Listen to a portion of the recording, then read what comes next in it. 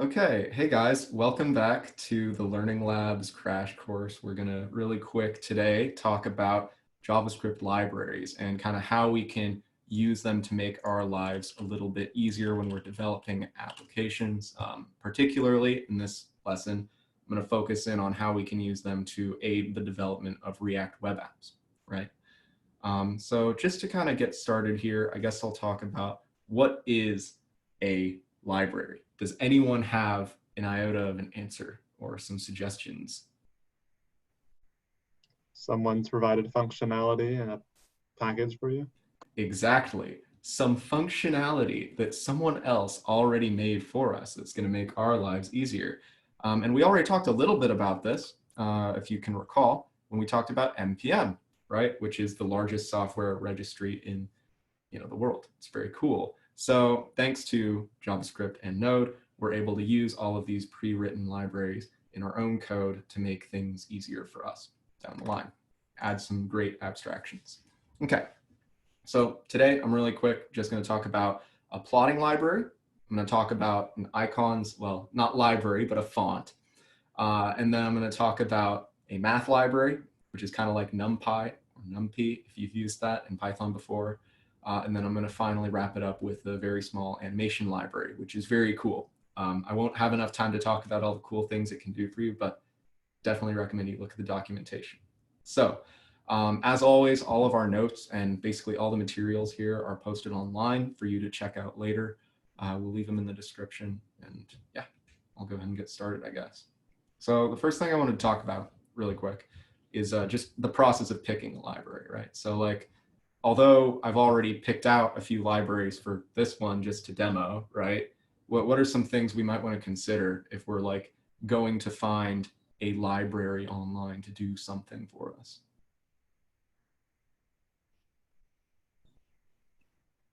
What do Chloe? you want to do? Well, Like this. does it do what you want it to do? Yeah. Yes, you are correct. There are some libraries out there, okay?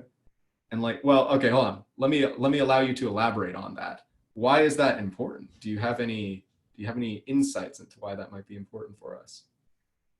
Well, I feel like some libraries may do similar things, but then have subtle differences. Like, for instance, I'm just going off of like Python libraries, like for plotting.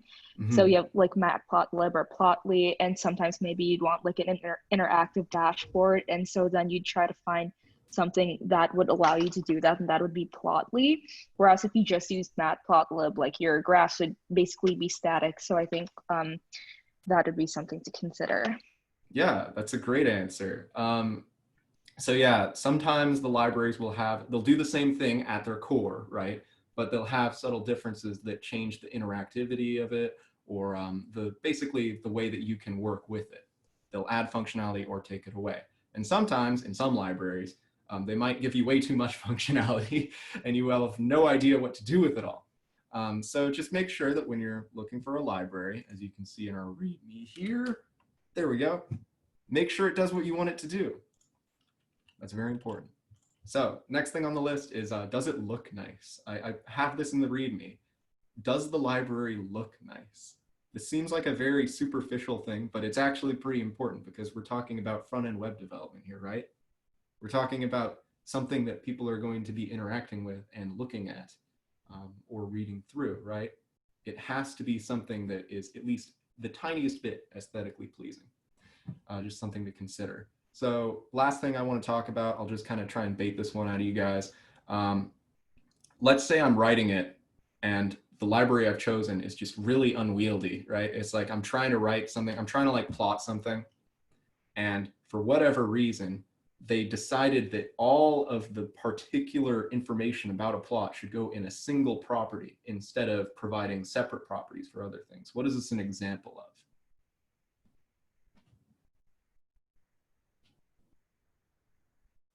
Well written. Correct. It is an example of having a library that has poor abstraction, if you want to use like all the fancy terms, right? So what I'm basically getting at is having one property that you use everything, that you pass everything through is really inconvenient for you as a programmer compared to if you had separate properties that are very discrete you know what you need to do with them all.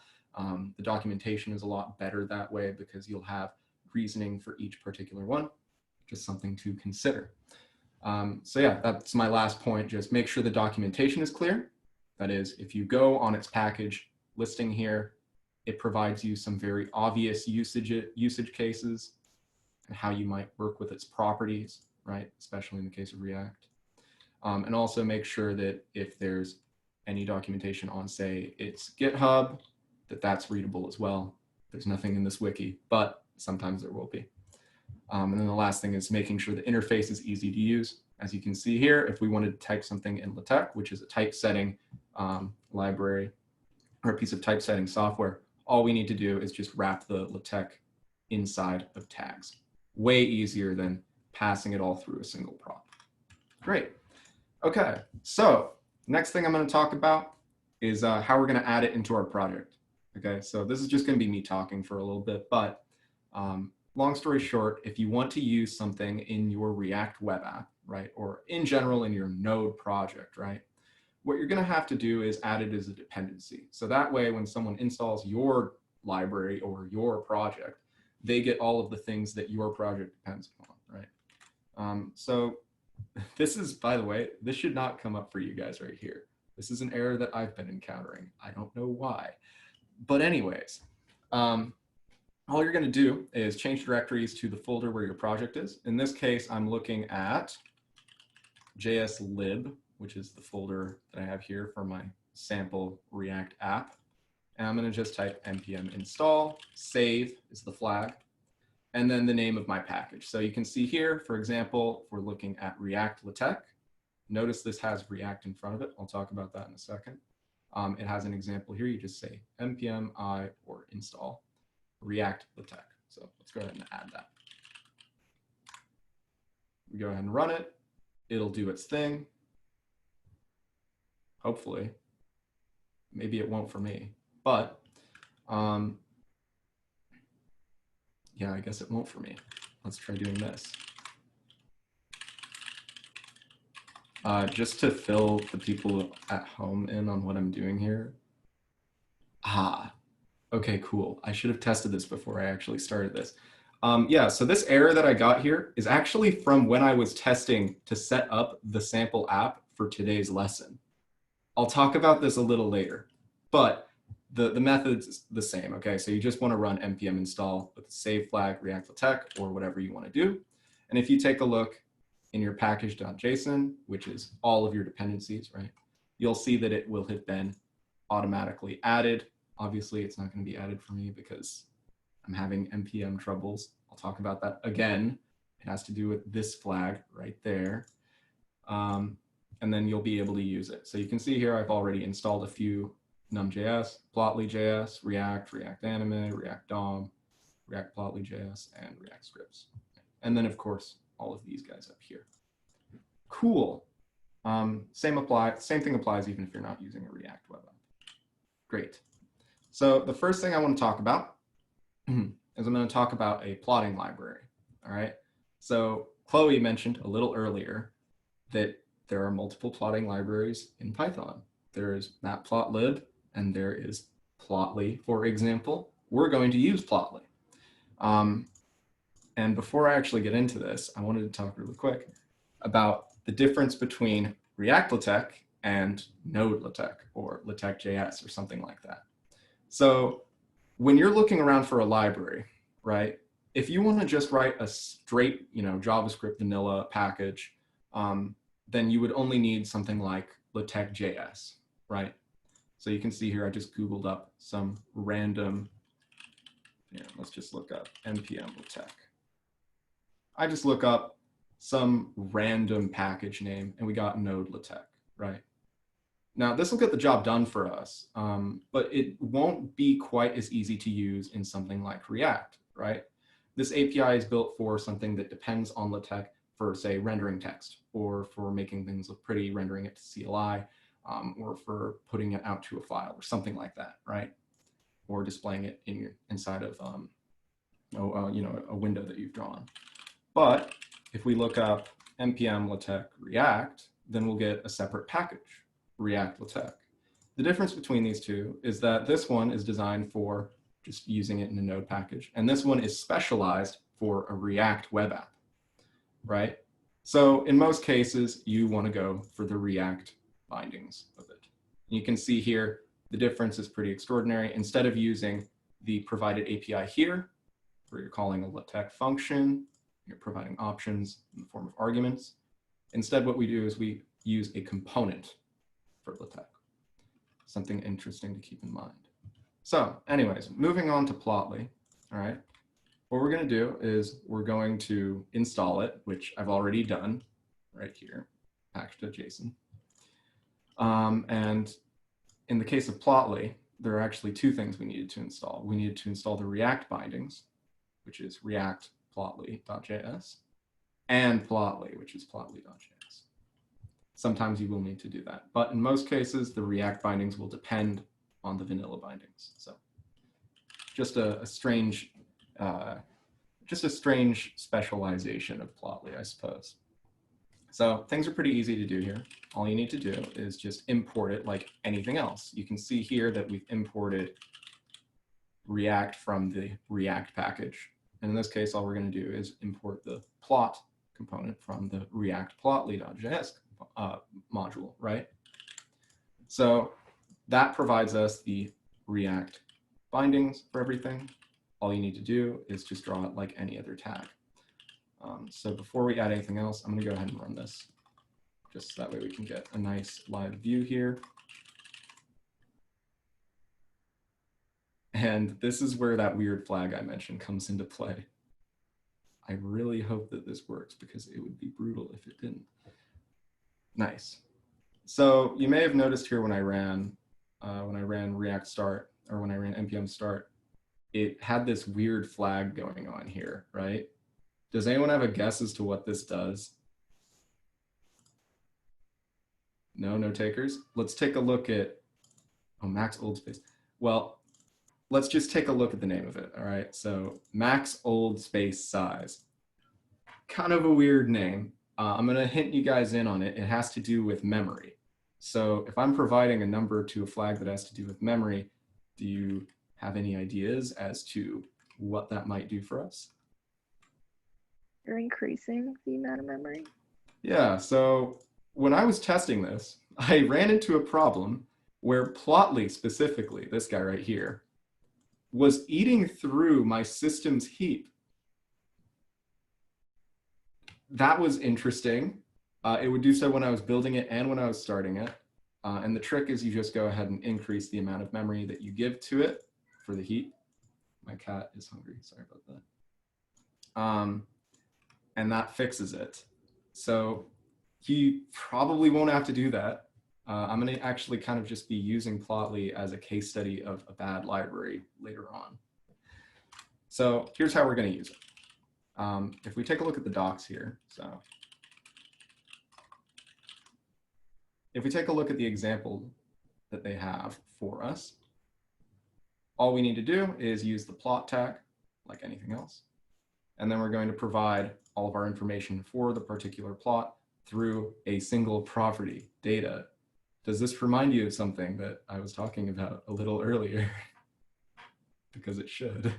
Yes, you did not you don't like the single property. It makes things a little unwieldy. Yeah, so the Plotly, right, of course, it's going to be easy to change the values of the variables in here since everything's in JSX.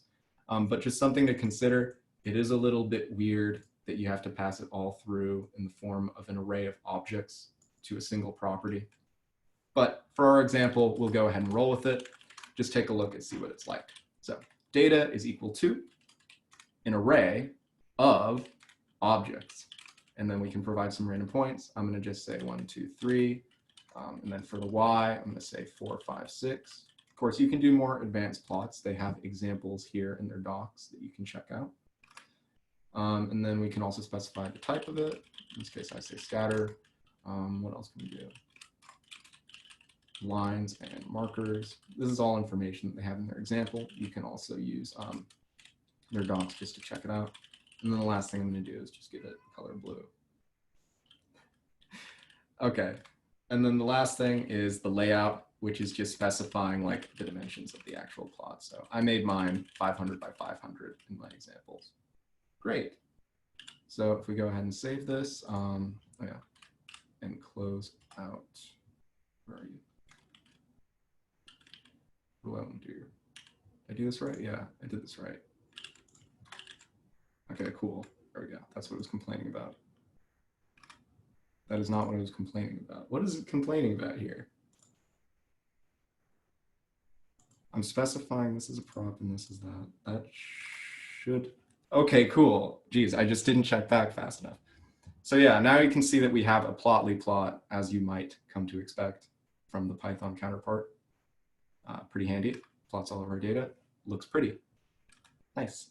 So that's a plotting library. And again, it's a little bit difficult to use because you provide everything through a single prop, just something to consider. So now that we're done with the plotting library, just a quick flyover, what are some other things we might want to do in our web app? I'll give you a hint as to what I'm going for. It's a user interaction and visually conveying information to people. Different fonts.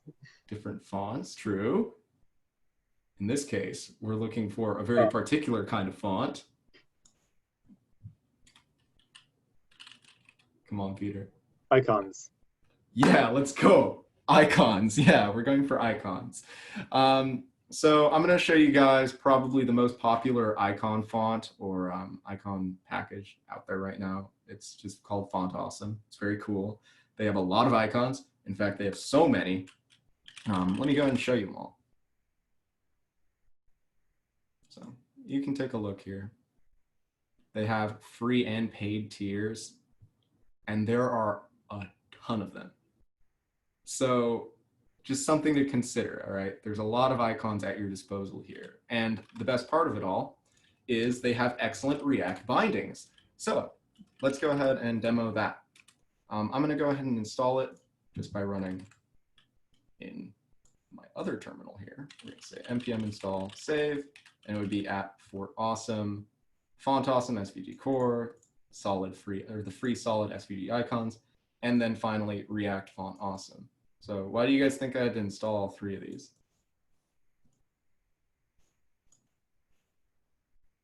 They depend on each other. Correct. And the last one is? The React version. Yes, the React bindings. That's the one that we actually are really concerned with because it's going to make life easy for us. So if you guys want to just quickly install this, by the way, I have all of the commands that you can use and all of the packages just available here in the README. Something helpful down the line. So if we check their docs, which I'm going to just go ahead and breeze through, the way we're going to do it is import a particular component. Notice we're using curly braces here to specify it from, in this case, I'm going to say, oh wait, I want to do it from React font awesome. There we go. We're importing the font awesome icon component, and we're also going to import the icons we want. So for our example, let's pick out a nice, fun icon that we are interested in. So I'm going to just reopen the tab that I had here. Oh, there it goes. Took a sec. And we're going to take a look at some of the icons. I'll have you guys pick one out. Any takers so far? We can also search for one if we want to be specific. A race car. A race car. Let's look. Let's just look for a normal car and then see if we can find a race car. Let's go with car side. Yeah, that sound good to everyone? Okay, excellent. I got a thumbs up from Chloe. So the way we're going to do it is import it as a particular icon from the fontawesome free solid SVG icons package. The reason we're doing that is so that way we can import the particular SVG that we then pass into the fontawesome icon component. So just to demo that, we use it like any other component, and then the property we pass it is the icon. So in this case, I'm going to go ahead and pass it FA car side, just like that. It's self-closing because it's React. And if we go and refresh, we can now see our tiny little car. in the very bottom left corner. You guys might not even be able to see that. Let me make it larger for you all. Do you see our tiny car there? It's a little inconvenient having it so small, right? Okay, well, what do we want to do now? I want the user to be able to see it. Think of something that the fontawesome designers might have had in mind for this case. Size. Can change the size. Excellent feature. All you got to do is just pass it like that, the size of the component. So in this case, let's do 10x because we are insane. 10x being just 10 times larger. And there you go. We now have a large car right next to our plotly graph. Very nice. Some other things that you can do, I'll just really quickly breeze through with fontawesome, is you can spin things. You can just type in spin and it'll automatically do it for you. You can also pulse things just like that. Oh, whoops. Yeah, so now what it's going to do is operate at discrete intervals. It's not smooth. So here, if we go back to spin, you can see the difference. Smoother, right? You can also change the color of things very easily, just like this. I'm going to give it some value red. There we go. Now we have a red car. It's basically a Ferrari, right? We wanted a sports car. Easy. So that's one more thing we can do. And then the last thing I'll show you guys is how you can layer them.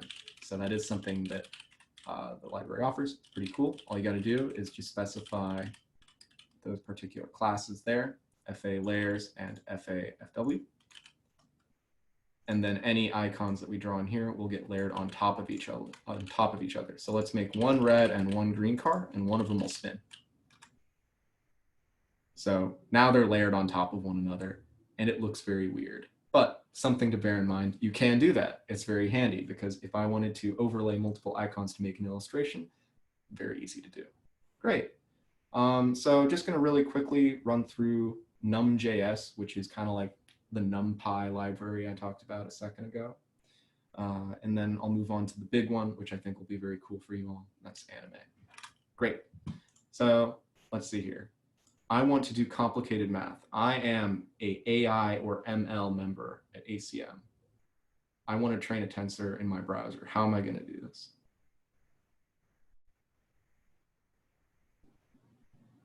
Well, obviously, I need a library for math. Luckily, that does exist. You can just go ahead and look up any old npm math library. So math.js is available. What else can we do? Let's look for something kind of like NumPy. So if we take a look here, there is an actual NumPy package. If we look for Numpy-like, or we look like Numpy-like package for Node, let's go and click on that. Oh, we have TensorFlow.js and stuff. The one we're going to focus in on, though, is numjs, which markets itself as like NumPy, but in JavaScript. Install it like any other package. In this case, you're just going to use npm install save numjs, just like that. It'll add it to your package.json, very handy. And then the way we're going to import it is a little bit different, all right? Because if we take a look at its page here on npm, its registry entry, you'll notice that it has no React bindings, right? So this is just a package that's built for JavaScript software, right? So I want to include this, but it has no export default, or no default exports, right? How am I going to go ahead and do that? How am I going to import it? The trick, I'll give you a hint, has to do with wildcards if you want to use an alias, or you can just... Any guesses? Can you just import everything? Yeah, you can just import everything. So how am I going to do that? Asterisk? Nice. All right, great. Oh, wait a sec. Hold on. There's a little thing it's complaining about. What do I do? What do I do now? You probably have to name it something. I do have to name it something. That's why it's complaining about the as right here. Because if we import everything, it's not going to be immediately clear what we're importing it as or how we're going to reference it. So in this case, I just say as nj. What that means is everything that we import from a particular package, in this case numjs, is going to now be referenced under the name nj. Great. So what are some of the things that we can do with numjs? Well, let's take a look at the documentation. As it markets itself as NumPy, but in JavaScript, we can take a look. It's got arrays available for us. It can resize or it can reshape arrays. It can use, you can get the diagonal of a particular matrix. You can do pretty much anything that you might expect out of standard NumPy. Pretty cool. So there's a lot of information here that I'm going to really quickly breeze through so we can get to the last library. But long story short, the way we're going to do it is just by referencing some function from it. So I'm going to go ahead and create a random array, and I'm going to just use nj.random, numjs.random. And it takes, if we check the arguments here, a shape. So I'm going to specify a shape being 3 by 3. And then obviously I would probably do some math here, right? I would do some wizardry, I don't know. But in our case, just for keeping things simple, I'm going to go ahead and just console log it. So we'll go ahead and get to look, if we check our console, what exactly that array looks like. Well, looks like this. The shape of the array is stored here, the stride of the array, the data within it, everything about it available for us. Nice. But if we wanted to make it look kind of pretty for native JavaScript, the way we would do that is with the .toList function right here. So numjs offers a function that allows us to convert any numjs array to a native one, to a native JavaScript list. Very handy. So now if we look out here, we now have an array of arrays, all with random numbers. Pretty handy. And the best part of this is that since it's all JSX, it's very easy to just integrate our JavaScript straight into our UI. So I could go ahead and do some fancy things. I could say I want to take my random array, but I want to get the diagonal of it. And then I want to convert this to a native JavaScript list. And then that'll be my X coordinates, right?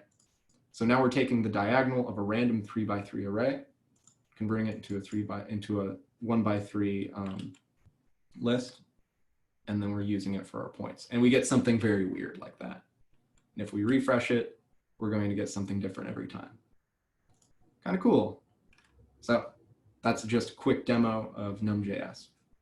All right, last thing that I'm going to really quickly talk about.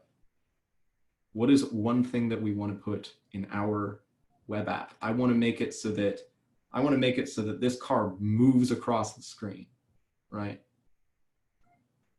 What are we going to need for this? Animation. Animations, exactly. What are we going to do? I'm going to go ahead and find a library. In this case, I've picked out one for us all. And by picked out, I mean this is kind of the in thing right now, animejs. It is an excellent library, very cool. It has a very easy to use API. It's kind of like the dream if you want to do some quick animations. It also has great React bindings. So that's what we're going to focus on. You can see here if you scroll around, provides all sorts of very fancy things that we can do. The one that Matt showed in his intro to animations example can also be found on this page. And just to show you guys that this is indeed actually being animated, we can inspect element it. And look at that.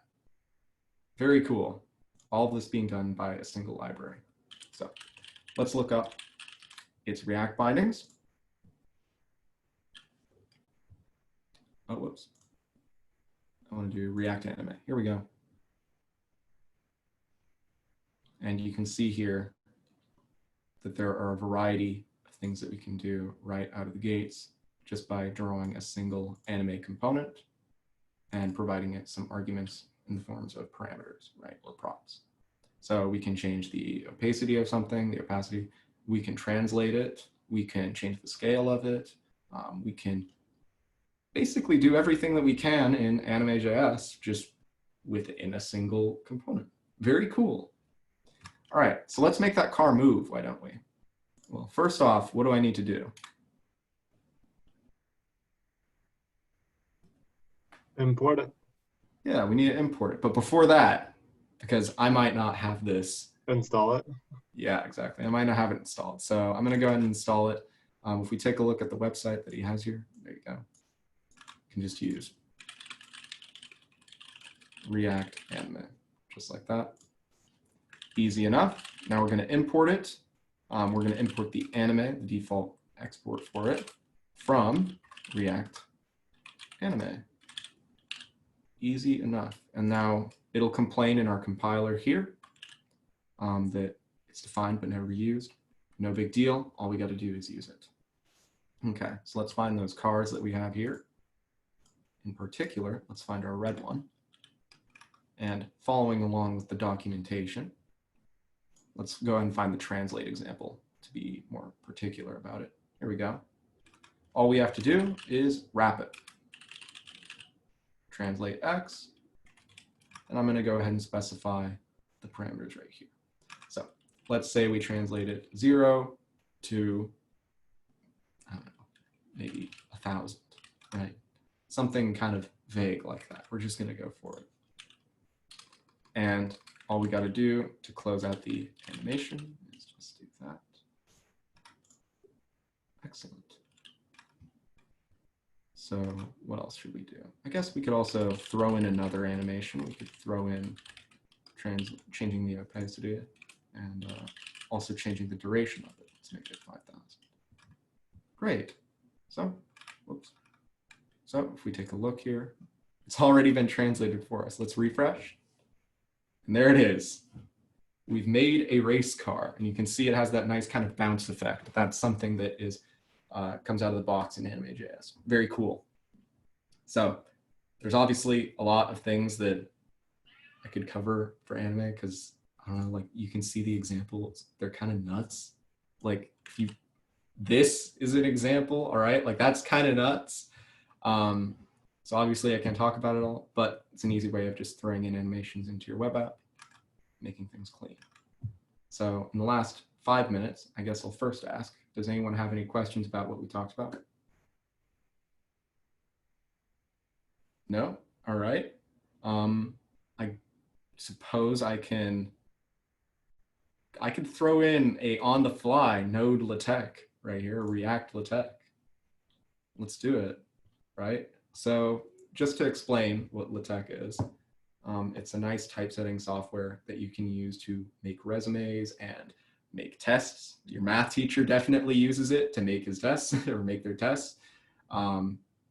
It's very handy and it has excellent math print. Very cool. So the problem here, I just realized, is that I'm actually not going to be able to install it because my npm is busted because of this error right here.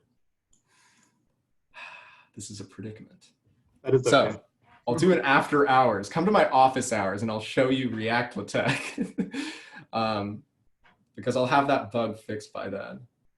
This is a very frustrating time. I'm probably going to have to reinstall Node.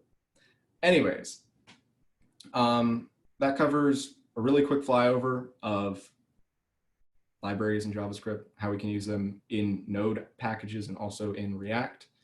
Some of the features you can use them, how to distinguish between a good library and a bad one, how to pick them. I don't know, just kind of covered all the essentials there, I feel like. Everyone doing okay? Great. All right, try to incorporate some of these into your to-do list or into your portfolio sometime. Could really add that extra amount. In my case, I think that adding an animation, adding the anime library will be very handy for adding that extra little bump of UX to it. Very cool. But aside from that, that does it for today. Again, as always, we have our information posted online on our GitHub. Matt and I have office hours. Mine are actually going to be tomorrow, if I'm not mistaken. Yeah, feel free to ask us any questions, and we'll see you in the next one. Later.